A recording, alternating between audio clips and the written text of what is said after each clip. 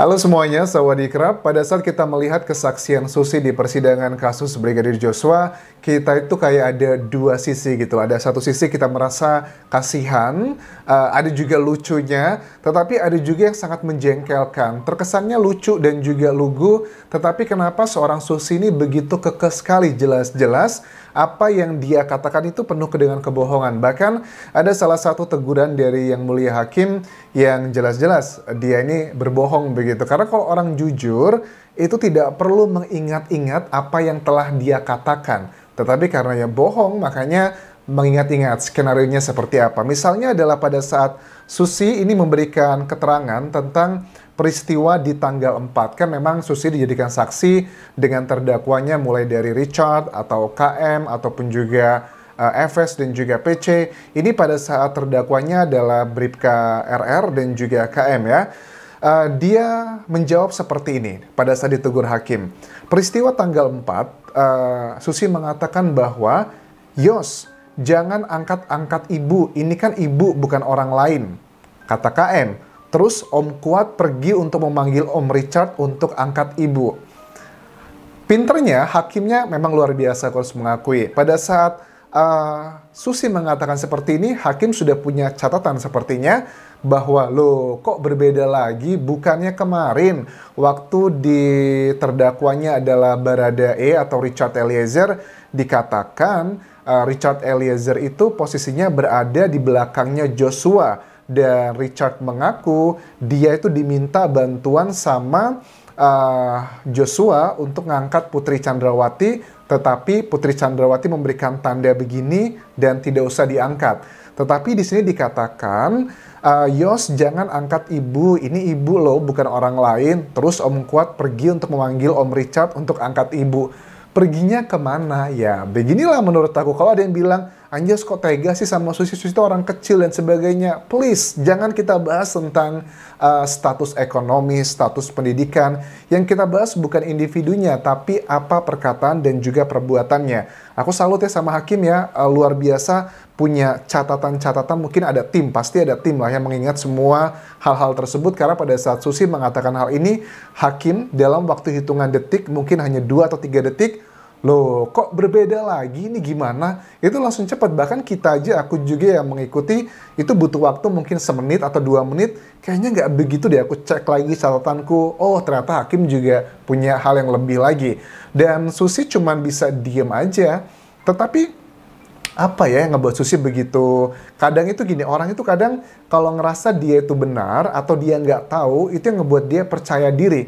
Kalau aku lihat dari karakteristiknya Susi, memang kan dikatakan, aku sempat lihat wawancara suaminya Susi kan ya, bahwa Susi itu adalah tulang punggung keluarganya. Walaupun sudah lebih 1 tahun tidak mudik ke kampung halamannya di Wonosobo, tetapi tiap bulan selalu memberikan uang untuk kedua anaknya. Tipikal dari perempuan yang kuat tetapi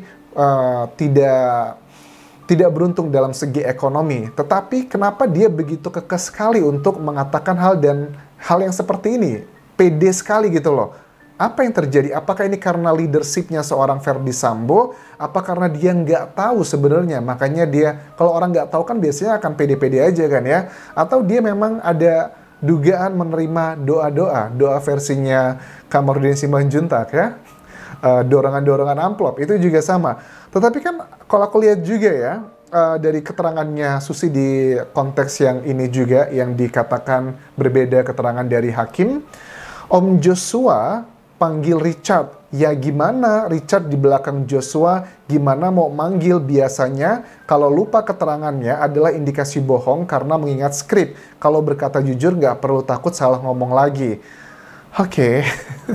Aku juga serba salah ngomongin Susi. Menurut aku sih keterangan dari Susi ini akan diabaikan sih, nggak terlalu kuat ya. Tetapi apakah Susi bisa dikenakan pidana? Ini adalah keputusannya haknya dari hakim. Apakah Susi bisa terkena pasal, kalau nggak salah hukumannya 5 atau 6 tahun penjara ya, untuk memberikan keterangan palsu di bawah sumpah, itu ada hukuman penjaranya juga.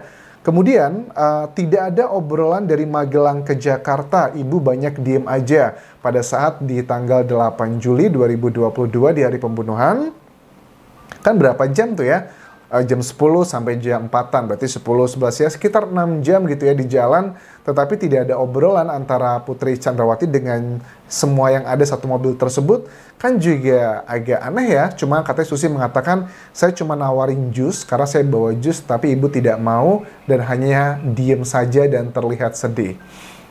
Aku nggak percaya sih.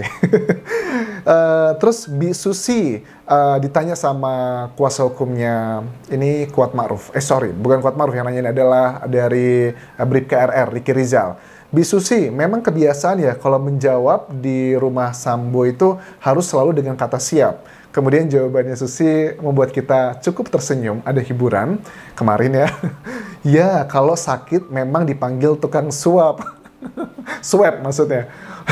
Siap, bukan swab Susi. Mungkin dia tegang banget. Terus ya, yang semua yang ada di persidangan pada umumnya ketawa, tetapi yang di layar kaca aku lihat di Kompas TV ini Bribka RR tidak ketawa sama sekali. Maksudnya kalau ditanya di keluarga Sambo memang harus jawabnya siap ya. Susi mengatakan jawabannya siap, langsung semuanya ketawa kecuali dari Bribka RR. Mungkin dia juga stres karena ini lebih ke doktrin sih, karena menurut aku tipikal Susi ini memang diperlakukan baik oleh keluarga Sambo aku melihat, tetapi ada doktrin-doktrin juga yang cukup jago ya keluarga Sambo ini menurut aku. Pada saat setelah selesai persidangan pun kita kan bisa melihat ya, si Susi ini mendatangi Putri Chandrawati, pelukan, ciuman. Ya, karena kita paham, karena kan memang mereka tidak ketemu ya, mereka hanya ketemunya di persidangan, anak-anaknya yang mengurus kayaknya Susi juga. Begitupun juga ketemu dengan Verdi Sambo pun, Verdi Sambo meluk dan senyum begitu. Well, so romantic. Nah, ini juga berhubungan dengan video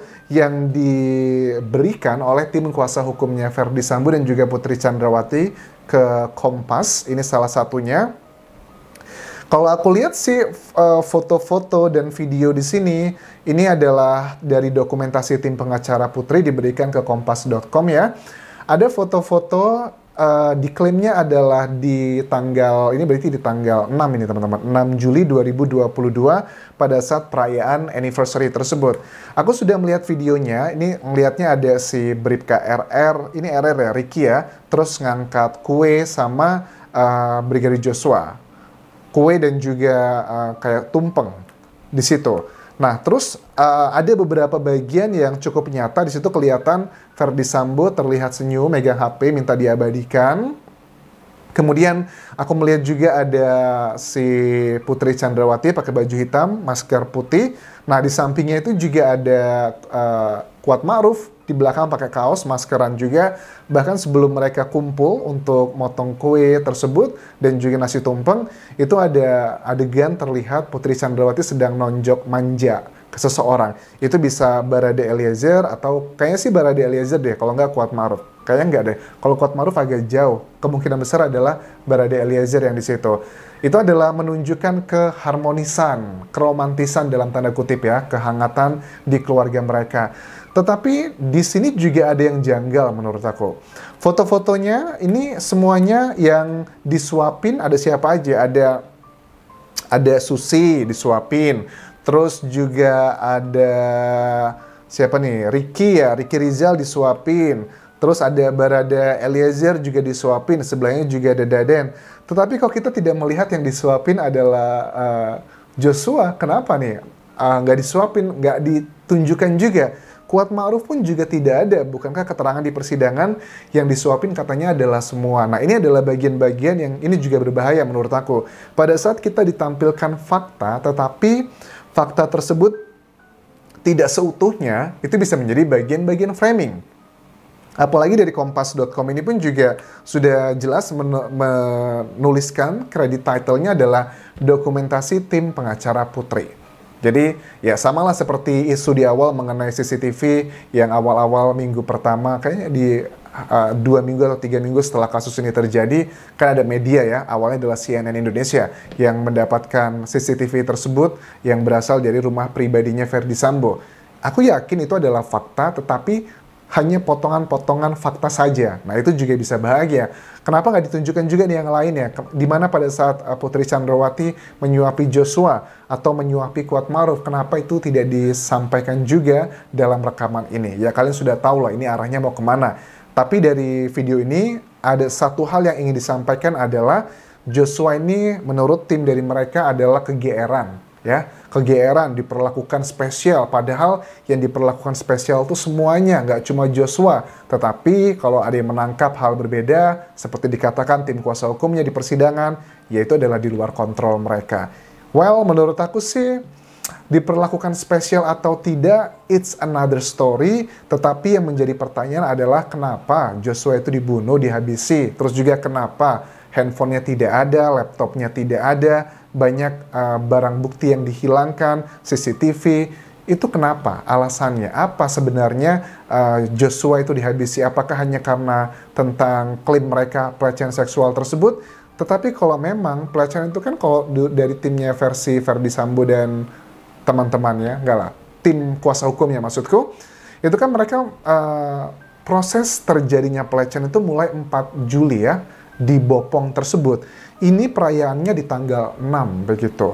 Masa sih setelah di Bopong katanya katanya PC dan juga Susi di BAP-nya seperti itu, kok masih diminta bantuan menurutnya Ferdy Sambo untuk membelikan nasi tumpeng dan juga kue untuk perayaan ulang tahun anniversary mereka.